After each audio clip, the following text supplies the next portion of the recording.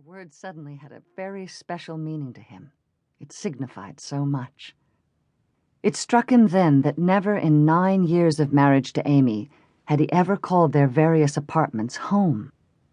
Usually, whenever he referred to them, he would say our place or back at the ranch or some such similar thing.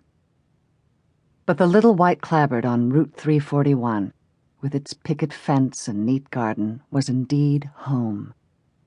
And it had become his haven, his place of refuge. There were several adjoining fields with a large barn standing in one of them, and this he had turned into a workshop and studio. Currently, he was renting the property, but he liked it so much he was seriously thinking of buying it. Apart from being the right size, the house was close enough to Northville, where he had moved his electrical business a few weeks ago. He had wanted to be out of New Milford altogether because Amy still lived and worked there. Not that there was any animosity between them. In fact, they were quite good friends in spite of their breakup. Their separation had been reasonably amicable, although initially she had not wanted to let him go.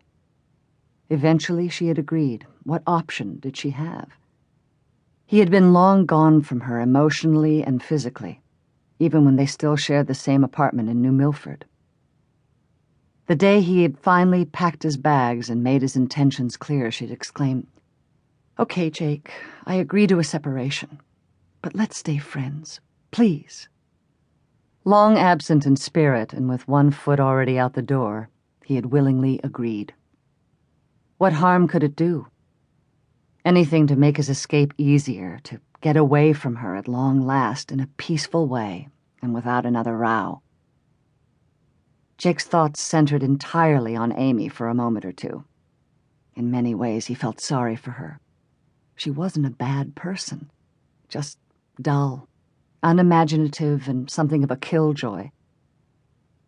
Over the years, she had become an albatross around his neck, dragging him down and inducing in him an unfamiliar state of depression.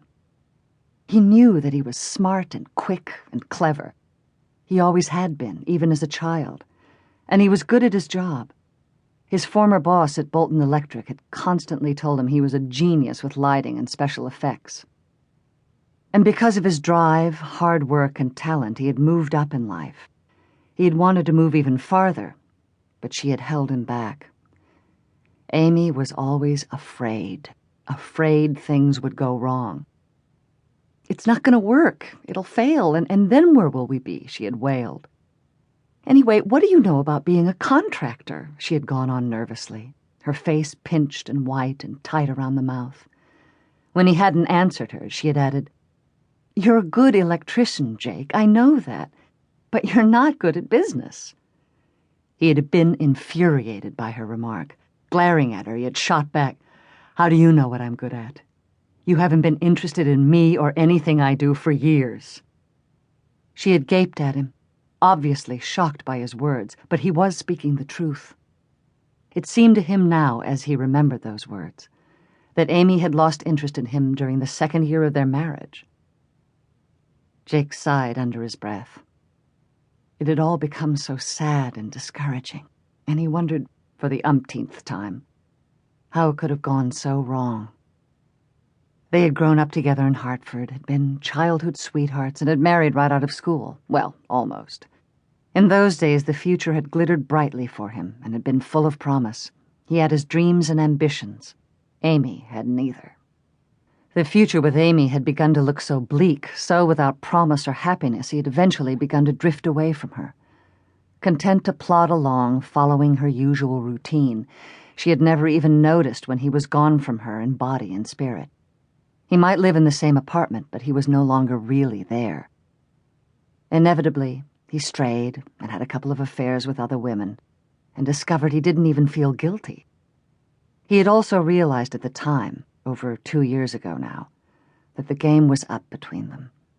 Jake was not a promiscuous man, and the very act of infidelity told him that there was nothing left of their relationship, nothing left to salvage, at least for him. Through her apathy and fear, her lack of trust in him and in his ability, Amy had killed their marriage. Also, she had taken hope away from him. Everyone needed hope. Everyone needed dreams.